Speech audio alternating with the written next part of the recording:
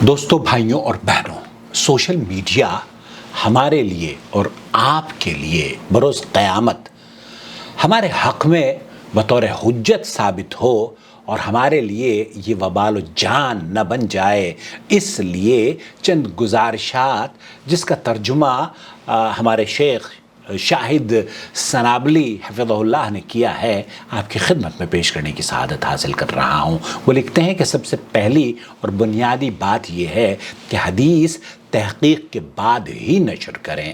جی ہاں، صحیح مسلم کے مقدمے میں ایک حدیث ہے، پیارے رسول صلی اللہ علیہ وسلم فرماتے ہیں، من حدث عنی بحدیث یرا انہ کذب فہو احد الکاذبین۔ اللہ کے رسول صلی اللہ علیہ وسلم نے فرمایا، جو شخص میری طرف منسوب کر کے کوئی حدیث بیان کرے اور وہ جانتا ہو کہ وہ جھوٹ ہے تو وہ شخص بھی جھوٹوں میں شمار ہوگا۔ اس لیے ایسی ہی احادیث شیئر کریں جن کی صحت کے بارے میں آپ کو پورا یقین ہو، تاکہ آپ اس وعید میں شامل نہ ہوں۔ اسی طرح دوسرا جو پوائنٹ شیخ نے لکھا ہے کہ کسی کا مذاق نہ اڑائیں۔ آج کل تو سوشل میڈیا پر یہ عام ہو گیا ہے مذاق اڑانا۔ اصلاح کے پہلو سے بھی کوئی ایسا لفظ آپ کو نہیں کہنا چاہیے جو دوسرے کے اوپر گراں گزرے، آپ اس کا مذاق اڑائیں۔ پیارے رسول صلی اللہ علیہ وسلم نے فرمایا ہے کہ آدمی کے برا ہونے کے لیے یہی کافی ہے کہ وہ اپنے مسلمان بھائی کو حقیر سمجھے۔ اس حدیث کو سنن ترمذی نے حدیث نمبر 1927 پر نقل کیا ہے۔ اس لیے کوئی ایسا میسج یا پوسٹ شیئر نہ کریں جس میں کسی مسلمان بھائی کی ذات پر طنز یا کسی خاندان اور قبیلے پر تنقید ہو، اگرچہ ہنسی مذاق اور لطیفے کے طور پر ہی کیوں نہ اسے شیئر کیا جائے۔ نمبر 3، سوشل میڈیا والدین کی خدمت میں رکاوٹ نہ بنے۔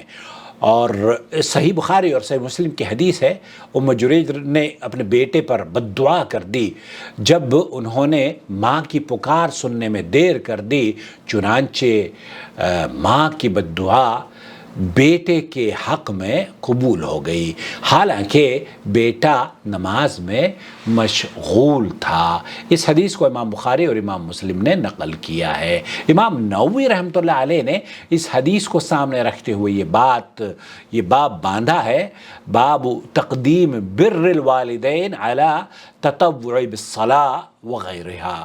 تو یہاں کہ نفل نماز وغیرہ جیسی عبادات پر والدین کی اطاعت اور خدمت کو مقدم رکھا جائے۔ اس لیے سوشل میڈیا پر آپ خواہ کتنے ہی مصروف کیوں نہ ہوں، والدین کی پکار پر لبیک کہنے میں ذرا بھی تاخیر نہ کریں۔ نمبر 4، پردہ پوشی کریں۔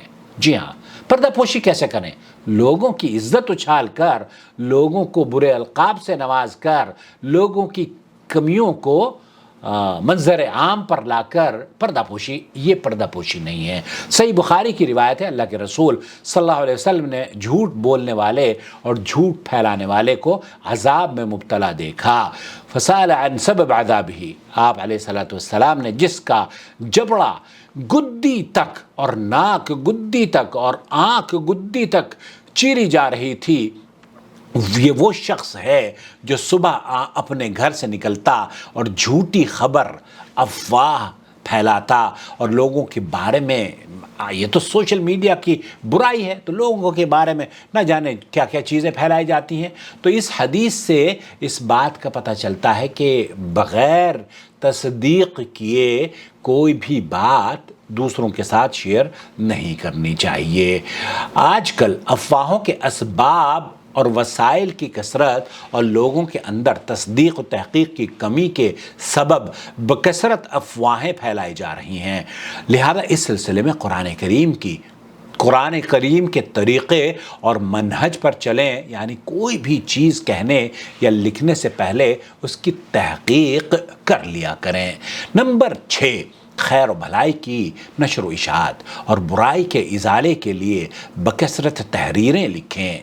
بکثرت تحریریں لکھنے کے نتیجے میں نہ جانے کتنی برائیوں اور منکرات کا ازالہ ہوا، اور نہ جانے کتنے پریشان حال لوگوں کو مدد ملی اور بے شمار بدعات اور خرافات کا خاتمہ ہوا۔ یہ سب اس لیے ممکن ہوا کہ لوگوں نے مل کر خوب اس کے بارے میں لکھا اور لوگوں نے ایک دوسرے کے ساتھ احسان اور بھلائی کے ساتھ تعاون کیا، اور ہم لکھتے جاتے ہیں وہ اعمال بھی جن کو یہاں گناہ جاریہ سے بھی بچنا چاہیے۔ 7واں جو پوائنٹ شیخ نے لکھا ہے وہ یہ کہ گناہ جاریہ سے بھی بچنا چاہیے۔ گناہ جاریہ کیا ہے؟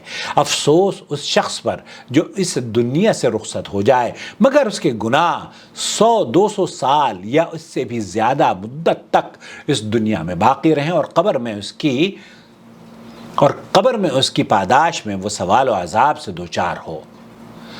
قرآن کریم میں اللہ عز و جل ارشاد فرماتا ہے وَنَكْتُبُ مَا قَدَّمُوا وَآثَارَهُمْ، اور ہم لکھتے جاتے ہیں وہ اعمال بھی جن کو لوگ آگے بھیجتے ہیں اور ان کے وہ اعمال بھی جن کو پیچھے چھوڑ جاتے ہیں۔ نمبر 8، آپ کا رب آپ کو دیکھ رہا ہے، یہ ہمیشہ ذہن نشین رکھنا چاہیے۔ آپ کا رب آپ کو دیکھ رہا ہے۔ در حقیقت یہ آلات آپ کے تقوی اور آپ کے مراقبے کو جانچنے کا ایک وسیلہ ہیں۔ کتنی بڑی نیکی ہے کہ آپ تنہائی میں بھی بڑی بری چیزیں دیکھنے پر قادر ہونے کے باوجود اللہ کے خوف اور ڈر کی وجہ سے برائی سے باز آ جائیں تاکہ آپ اللہ تعالیٰ کے اس عظیم الشان اعزاز سے سرفراز ہو سکیں۔ ان الذین یخشون ربهم بالغیب لہم مغفرۃ واجر کبیر، سورہ الملک آیت نمبر 12۔ بے شک جو لوگ اپنے پروردگار سے، اپنے رب سے غائبانہ طور پر ڈرتے ہیں ان کے لیے بخشش ہے اور بڑا ثواب ہے۔ نمبر 9، سوشل میڈیا کو دعوت و تبلیغ کے لیے استعمال کریں۔ جی ہاں، جیسے کہ نو ٹی وی چینل، ہمارا فیس بک، انسٹاگرام یا ٹک ٹاک، جتنے بھی وسائل ہیں ان کا ہم استعمال کرتے ہیں دین کی نشر و اشاعت کے لیے، گوگل یا یوٹیوب پر بھی۔ سلیمان ابن داؤد الہاشمی فرماتے ہیں بسا اوقات میں کوئی حدیث بیان کرنے جاتا ہوں اس میں میری نیت کچھ ہوتی ہے، لیکن جیسے ہی کچھ حدیث بیان کرتا ہوں میری نیت بدل جاتی ہے۔ چنانچہ ایک ہی حدیث میں کئی بار نیت کو درست کرنے کی ضرورت پڑتی ہے، نیت بدلتی رہتی ہے۔ صحیح بات تو یہی ہے کہ نیت جب آپ گفتگو کر رہے ہوتے ہیں نا تو اللہ کا ڈر بھی آپ کو لگنا شروع ہو جاتا ہے اور اللہ کی خوف کی وجہ سے آپ کی آنکھوں میں آنسو آ جاتے ہیں، حالانکہ آپ نے اس پہلو کو شروع میں دیکھا ہی نہیں تھا کہ میں اس پہلو پر جا کر اپنی آنکھیں بھی میری نم ہو جائیں گی، تو اللہ کی خشیت بھی ہو جاتی ہے۔ تو یہاں شیخ فرماتے ہیں کہ میری نیت کچھ ہوتی ہے لیکن جیسے ہی کچھ حدیث بیان کرتا ہوں میری نیت بدل جاتی ہے۔ چنانچہ ایک ہی حدیث میں کئی بار نیت کو درست کی ضرورت پڑتی ہے۔ ہاں، درست کی کیسے ضرورت پڑتی ہے؟ درست کی ضرورت یہ پڑتی ہے کہ بعض مرتبہ مجھے بھی ہوتا ہے، عاقل صاحب آپ بہت اچھا بولتے ہیں، ہم یہ سوچتے ہیں کہ یار یہ تو لوگ پسند کر رہے ہیں، ہمارے ویورز بڑھ رہے ہیں، لیکن کیا یہ ویورز آپ اس لیے بڑھا رہے ہیں کہ اللہ تعالیٰ یہ پبلسٹی ہو جائے؟ نہیں، یہ اس میں یہاں نیت کی سدھار ہے، اور مجھے اللہ سے دعا ہے کہ اللہ رب العالمین اس ریاکاری سے محفوظ فرما لے، اور جو لوگ مجھ سے توقع رکھتے ہیں اچھا کام کروں اور ان کے لیے دین کی خدمات کرتا رہوں، تو میں اللہ گواہ ہے کوشش یہ کرتا ہوں کہ اپنے رب کی رضا کے لیے اس کار خیر میں بڑھ چڑھ کر حصہ لوں، بلکہ میں اپنے بچوں کو بھی کہتا ہوں کہ اس کار خیر میں، دین کی نشر و اشاعت میں میں اگر چلا بھی جاؤں اس دنیا سے تو اس طرح کے جو چینلز ہیں ان کو آپ جاری اور ساری رکھیں اور دین کی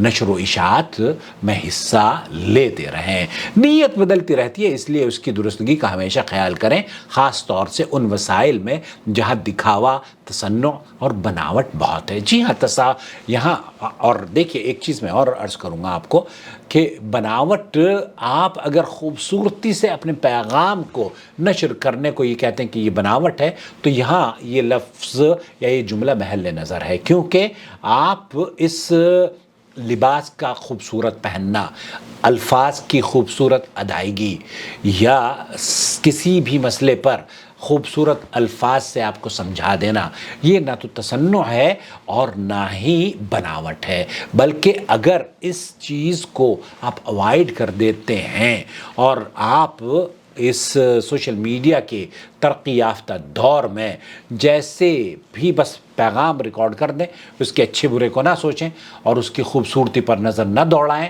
تب پھر اس کی کوئی ویلیو نہیں ہوگی، وہ پٹ جائے گی۔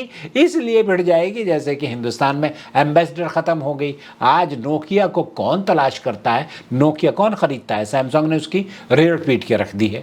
بڑی بڑی مینوفیکچر کمپنیز جو ہیں وہ جب تک کہ ان کے یہاں وہ نہیں آیا نا، کیا کہتے ہیں اس کو، امپرومنٹ نہیں آیا یا خوبصورتی وہ اپنے پروڈکٹ میں نہیں لے کر آئے۔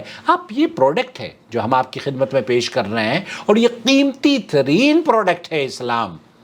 اب اگر ہم اسے خوبصورت طریقے سے آپ کی خدمت میں نہیں پیش کر سکتے تو شاید ہم اس خوبصورت میسج کا حق بھی ادا نہیں کر پائیں گے۔ تو خوبصورتی لانے میں کوئی تصنع اور بناوٹ نہیں ہے، لیکن بناوٹ کیا ہے کہ آپ اس طرح کی باتیں کریں جو کہ بوجھل لوگوں کو بوجھل کر دے۔ بہرحال یہ میرا خیال سے اگر اس پیغام کو ہم سننے کے بعد صرف اتنا غور کر لیں کہ ہمیں اللہ کے لیے کام کرنا ہے اور قرآن اور سنت کی نشر و اشاعت میں تعاونوا علی البر والتقوی ولا تعاونوا علی الاسم والعدوان کے تحت ایک دوسرے کو تعاون بھی کرنا ہے، اور ہر پیغام کو جو سوشل میڈیا پر آگ پھیلی ہوئی ہے نا، اسے ہم نشر کرنے والے نہ بنیں۔ اللہ تعالیٰ نہیں پوچھے گا آپ سے یہ پیغام آیا تھا، فلاں نے بھیجا تھا اور اس پیغام کو آپ نے کیوں نشر نہیں کیا، جبکہ وہ جھوٹا پیغام ہے۔ البتہ ہمارے پیغامات آپ کو سچائی پر مبنی پیغامات ہوتے ہیں، اور اللہ تعالیٰ فرماتا ہے کونوا مع الصادقین، سچوں کے ساتھ رہو۔ تو اس لیے اس پیغام کو تو آپ عام کر سکتے ہیں۔ واللہ تعالیٰ اعلم، صلی اللہ علیہ نبینا محمد وعلی آلہ وصحبہ اجمعین، والسلام علیکم ورحمۃ اللہ وبرکاتہ۔ وما أرسلنا من قبلك إلا رجالا نوحي إليهم فاسألوا أهل الذكر إن كنتم لا تعلمون بالبينات والزبر وأنزلنا إليك الذكر لتبين للناس ما نزل إليهم ولعلهم يتفكرون أفأمن الذين مكروا السيئات أن يخسف الله بهم الأرض أو يأتيهم العذاب من حيث لا يشعرون